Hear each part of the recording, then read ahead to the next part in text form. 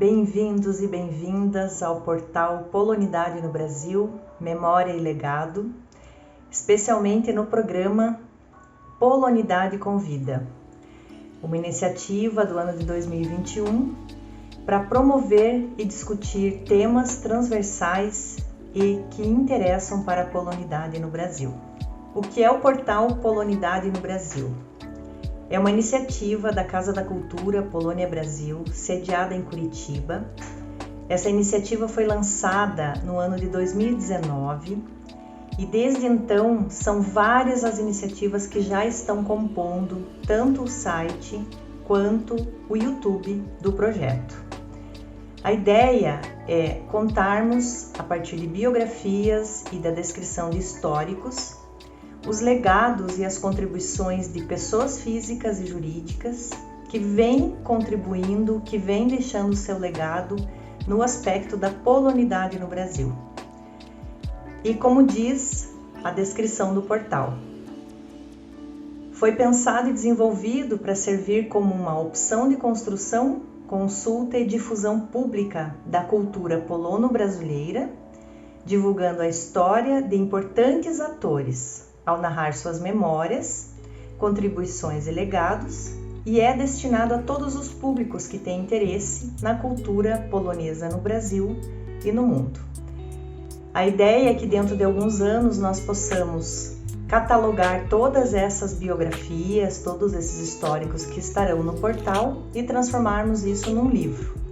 Até que isso aconteça, enquanto isso a gente vai construindo as identidades, construindo as narrativas, construindo as biografias de pessoas e instituições tão importantes para a polonidade no Brasil. Então, bem-vindos e bem-vindas, caso você não conheça o projeto. Desde a fundação do portal, nós estamos então trazendo novas biografias, novos contextos, para que sejam apresentados a todos os públicos, tanto no site quanto no canal do YouTube. Por conta da limitação imposta pela pandemia, não sendo possível realizar encontros presenciais, nós tivemos a iniciativa, então, nesse ano de 2021, de realizarmos um programa chamado Polonidade Convida. Quem sabe ele até se perpetue, pode ser que ele continue nos próximos anos. Mas a ideia do Polonidade Convida é promover esses temas transversais à polonidade no Brasil, que são importantes, e levar a iniciativa do portal para os mais diversos públicos. Então, é também dar a conhecer o portal para outros públicos que possam se interessar pelo conteúdo. E dentro do Polonidade Convida, nós então tivemos a iniciativa de promover alguns temas que são importantes, relevantes para o contexto da polonidade, a partir de situações que nós fomos identificando no decorrer das pesquisas, das conversas, dos diálogos nesses últimos 10 anos. Então, para estrear este Polonidade Convida de 2021, nós convidamos a historiadora Margarete da Costa Cardoso, também conhecida como Meg Mamed, e também é assim que ela prefere ser chamada, onde ela vai trazer para nós o tema sobre a importância da memória e da história no contexto do portal Polonidade no Brasil. Olá a todos e todas, meu nome é Margarete, todo mundo me conhece por Meg Mamed, sou historiadora de formação e trabalho com produção cultural já há algum tempo aqui no Paraná. Eu vim aqui participar dessa série de bate-papos e tal, a convite da Schiller Freder, né, que encabeçou esse projeto muito interessante do qual nós vamos tratar aqui. O tema que eu trago hoje é a importância da memória e da história no contexto da polonidade no Brasil, que vai ao encontro do que? Dessa produção, desse projeto que resultou no portal Polonidade no Brasil, Memória e Legado, lançado pela Casa da Cultura Polônia Brasil em 2019. Então aproveito para agradecer então a Shirley, né, que foi durante muito tempo presidente da Casa da Cultura, aos patrocinadores e a toda a equipe que esteve presente nessa produção, nesse trabalho, que é bastante importante para a comunidade polono-brasileira de Curitiba, do Paraná, e interessados na cultura polônica em geral, tá certo? Então eu vou passar para as perguntas sem delongas. Bom, a primeira pergunta que eu tenho aqui, que eu acho interessante a gente falar, é acerca da diferença entre história e memória, né? A gente sabe que memória, tá, é uma coisa que é subjetiva, é pessoal, né, e que muitas vezes retrata um passado da maneira como nós entendemos, como nós o enxergamos. Enquanto que a história, como ela é contada, né, ela tem apoio, né, ela encontra subsídio nas fontes. Mas a gente não pode, de maneira alguma, dissociar uma coisa da outra, elas estão inteiramente ligadas, né? Porque a partir do momento que você documenta uma história através das suas memórias, que você escreve sobre, ou que você fala sobre, você está materializando de alguma maneira um fato passado, uma ocorrência, tá? Mas eu não vou entrar em questões acadêmicas, porque esse não é o intuito dessa nossa conversa. É justamente para levar para o leigo, para quem quer saber um pouco mais sobre a cultura de uma população, de um grupo, entender a importância então da memória pessoal dentro desse contexto universal. Porque muitas coisas são sim pessoais, mas elas se encontram nesse universo maior, né, no coletivo. As histórias são universais. Então, quando a gente fala de memória e de história, a gente está falando de dois conceitos que são diferentes sim, mas que se complementam, tá certo? Então, quando a gente fala, por exemplo, que a história ela é uma questão de reconstrução mesmo, né? Quando você vai escrever a história de um fato, você vai se basear nas fontes, você vai buscar mais informação, vai buscar as fontes materiais, enquanto que a memória você vai se prender no quê? Principalmente na questão oral, nas recordações. E é importante lembrar que, com relação à memória, a gente tem alguns pontos que a gente não pode deixar de lado, que são a questão dessa subjetividade que está muito ligada à questão fisiológica, à questão psicológica, porque nós temos apagamentos, tem memórias que a gente apaga do ponto de vista psicológico, ou mesmo por escolha, né? E por questões fisiológicas mesmo, né? Da perda da memória, do esquecimento natural que pode ocorrer não só em decorrência da idade, de avançarmos na idade, mas também de outros problemas neurológicos, enfim. Então o que eu queria dizer é o seguinte, que a memória é muito importante para a gente construir, né? Para a gente começar a pensar nessa reconstrução do passado, tá? Com apoio, então, de fontes materiais e outras fontes, né? Que são primárias e secundárias, que é como nós, na história, tratamos dessas questões, tá? Então, eu só queria frisar que é muito importante valorizar a memória do indivíduo, né? A memória pessoal, a memória familiar. Isso já é um grande passo e é isso que o portal, e nós vamos falar disso depois, ele quer resgatar, ele traz, né? Porque a gente está muito acostumado a falar da história e lembrar de memórias de grandes personagens, de grandes fatos, quando na verdade a microhistória, ou seja, a história do indivíduo, né? Ela é muito importante e é a partir dela também que a gente consegue fazer uma reconstrução de uma história maior e da coletividade, tá certo? Então, pessoal, passando para a segunda questão formulada, nós vamos falar então, responder acerca do que são fontes históricas. E uma dúvida recorrente, a pergunta às vezes sai como: e a história oral, ela é considerada como fonte para pesquisa? Então vamos começar o que são fontes, tá, históricas. As fontes históricas consideradas, as materiais, sempre, né, são vestígios humanos, artefatos, né, objetos encontrados em arqueologia, em sambaquis, como temos aqui no Brasil, né, que é aquela questão de estratificação do solo, que traz ali camadas de tempos diferentes, com vestígios diferentes. Então, fotos, livros, documentação, né? Desde que surge aí a escrita e que tudo é documentado, é registrado, isso também é considerado, né? que são o que a gente chama de fontes materiais mesmo, né? Palpáveis, né? Que você tem ali um registro palpável. Em relação à técnica, né, das fontes orais, as fontes orais nada mais são do que você ouvir um depoente, você ouvir uma pessoa que tem algo a contar, né? Seja a sua própria história de um parente, de uma personalidade, ou relatando um fato, um acontecimento da qual ela foi testemunha naquele momento, né? Naquele tempo e espaço. Mas vale lembrar que história oral é o trabalho de pesquisa, tá? Que faz uso então dessas fontes. E para tudo isso existe uma metodologia, uma técnica.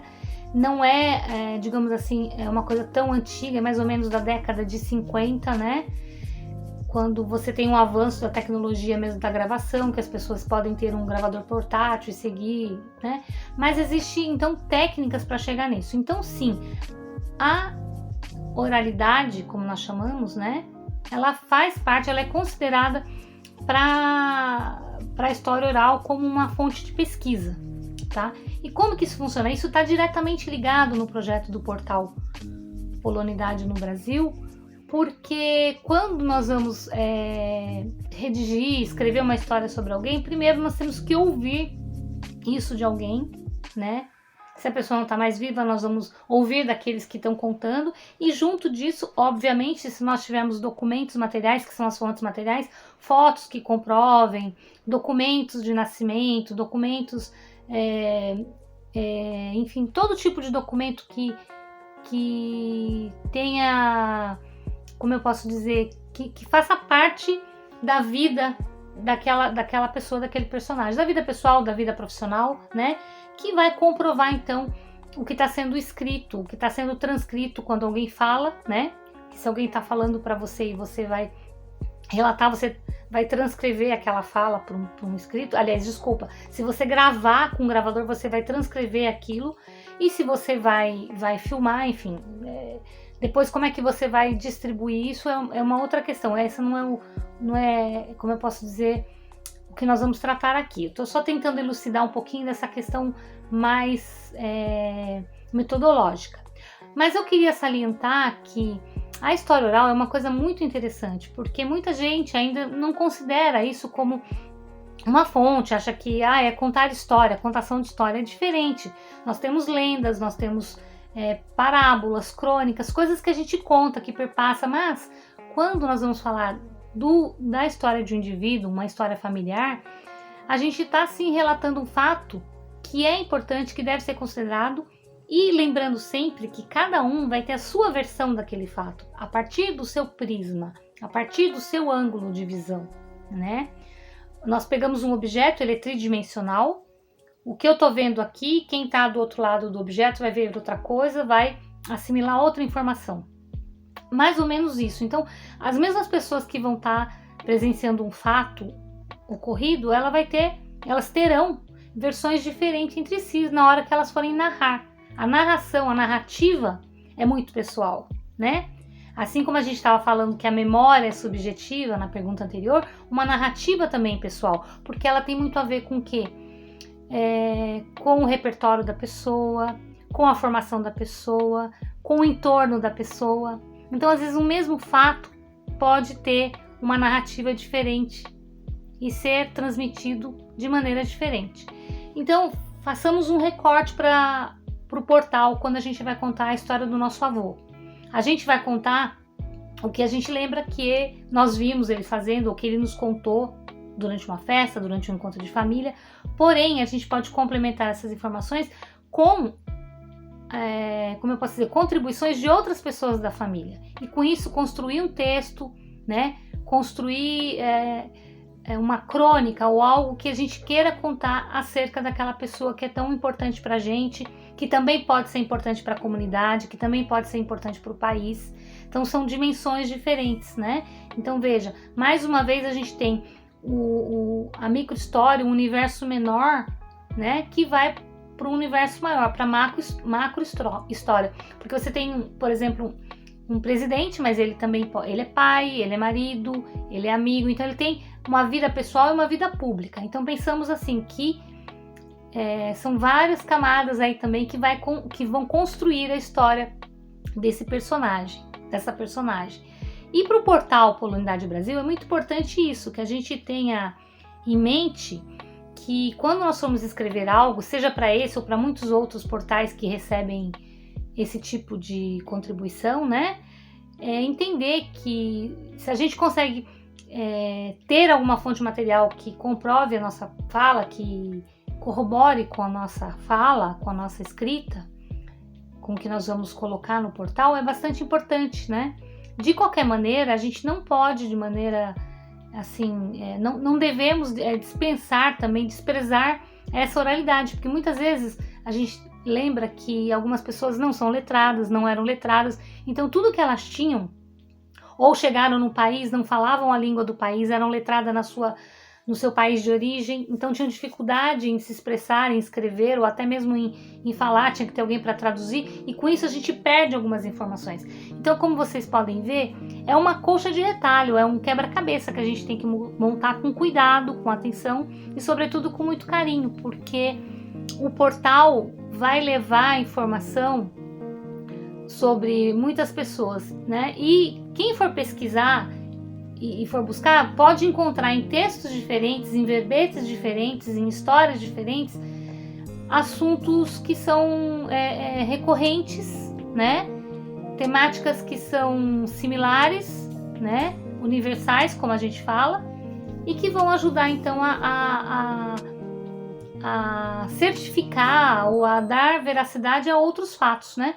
Então, por isso é importante a gente ter em mente que um texto bem construído, com informações valiosas, com informações pertinentes, é o que a gente busca e que com certeza o portal Polonidade no Brasil vai poder oferecer para quem acesse, já que ele é gratuito e tudo mais, está aberto para quem quiser tanto contribuir com material como buscar algum material para pesquisa, tá certo? Então, não sei se ficou claro, as fontes históricas então são as fontes materiais.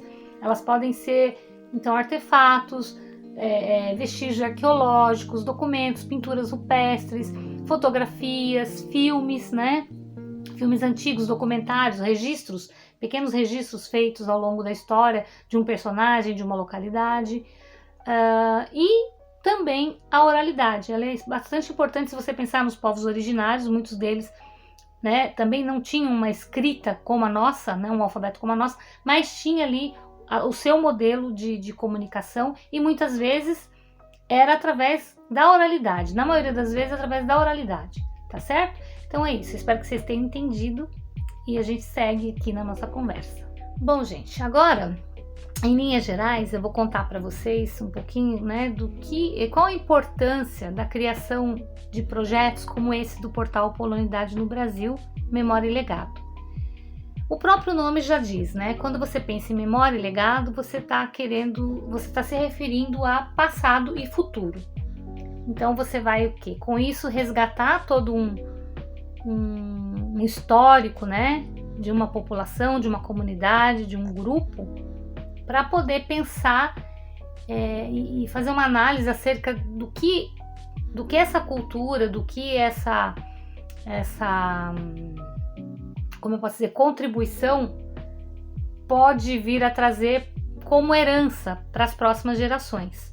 Então, a ideia do portal, desde o começo, tem essa característica, que é a de trazer à tona, de mostrar um pouco mais dessa história que já é bastante conhecida aqui no Paraná, né? A gente sabe que o Paraná recebeu fluxos migratórios de vários grupos étnicos, né? Que tem aí uma diversidade bastante grande, mas que tem um número bastante, como eu posso dizer, do ponto de vista de importância, que é a comunidade polônica, a comunidade oriunda de imigrantes poloneses. E Curitiba, inclusive, é a segunda cidade com maior número de imigrantes depois de Chicago, ou seja, então tem todas essas referências que tornam o portal bastante, como eu posso dizer, consistente e interessante para quem vem, né, dessas origens, tem essas origens, e também para quem tem interesse em conhecer um pouco mais dos povos eslavos, né, dos povos oriundos da Polônia, dos imigrantes, dos seus descendentes que já nasceram aqui, mas que tem isso muito forte. E quando a gente estava, então, pensando a produção do portal, pensando no nome, no coisa, a gente fez aí um brainstorm, fez várias reuniões para definir mesmo, porque precisava estar muito claro nesse título do portal, porque ele já entrega, né, por si só o que vem a ser o portal, o que vem a ser esse trabalho. Então, se a gente pensar que é um portal público, né? Público do sentido de acessibilidade, ele está aberto, não é um portal que você tem que fazer um login para conseguir uma informação. Ele não é pago, ele é gratuito, né? Então ele tem muitas chances de levar essa informação para o mundo todo, porque a gente sabe que a internet hoje em dia leva informação para todos os lados. Por isso a importância da gente colocar a informação, ou por isso ter um parâmetro, né, da informação de qualidade, de um texto bem construído. Isso nós não estamos falando de requinte estilístico, a gente está falando de qualidade da informação, qualidade do conteúdo.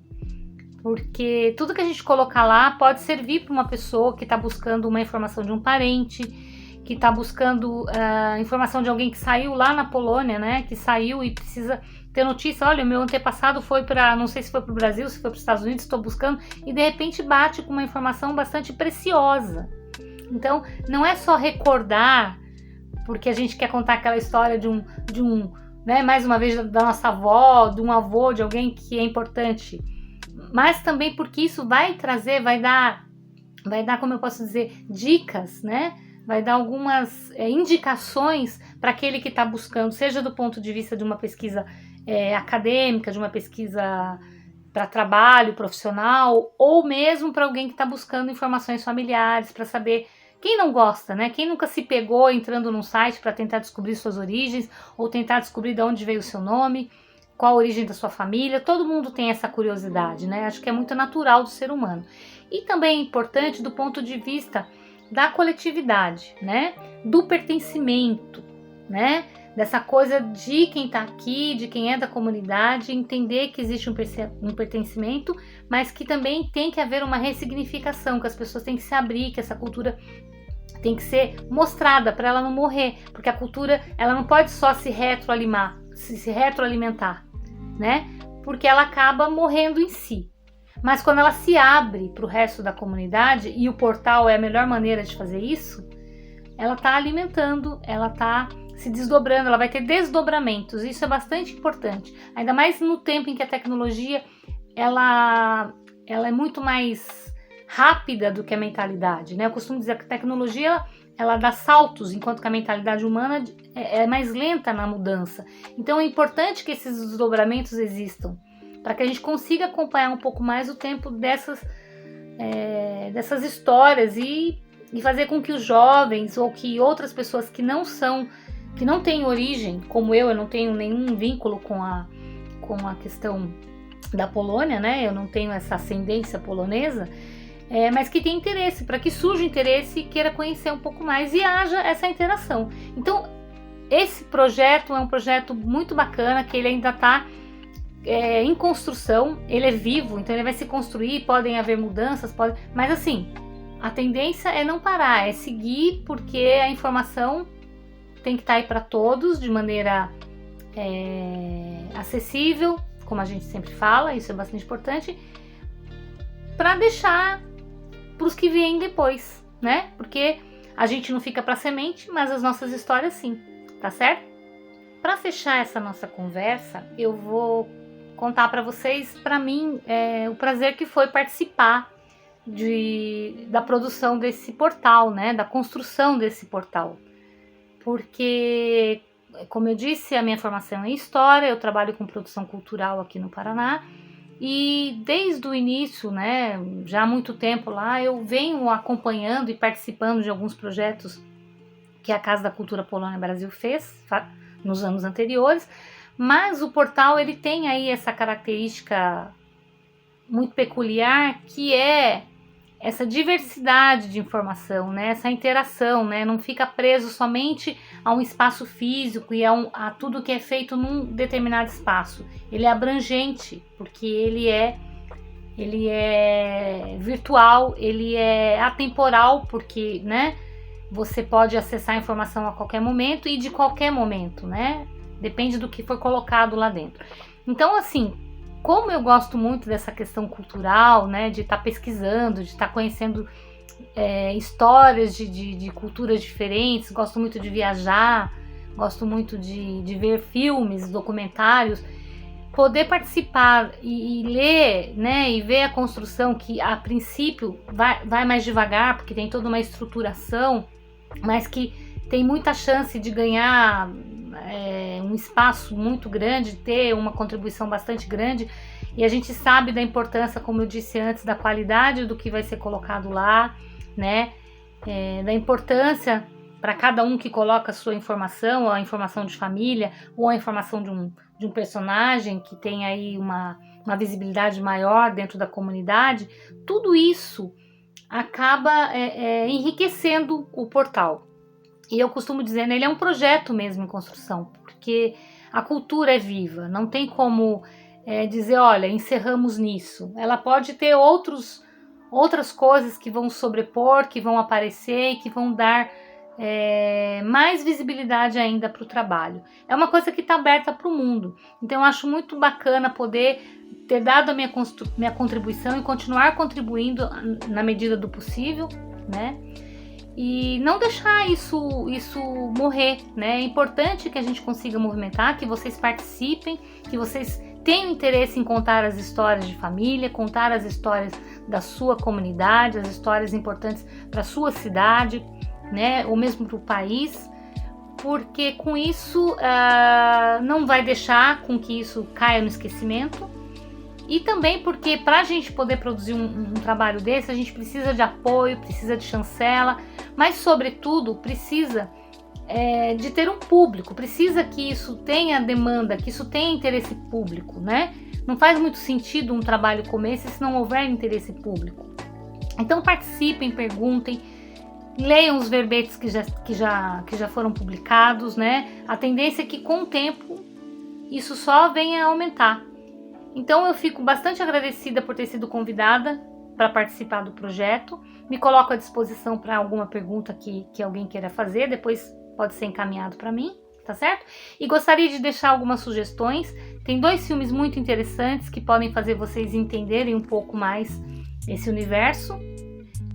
Um filme nacional chamado Narradores de Javé, da diretora Eliane Café.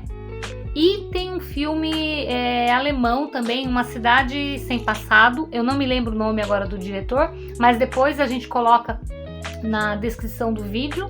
E aí vocês podem, de repente, acessar e entender um pouco dessa importância de memória, de oralidade, de fontes materiais, enfim, de todas essas questões que permeiam o universo da história e da memória. Gente, é isso. Muito obrigado. Espero que vocês tenham gostado. E até a próxima. Tchau!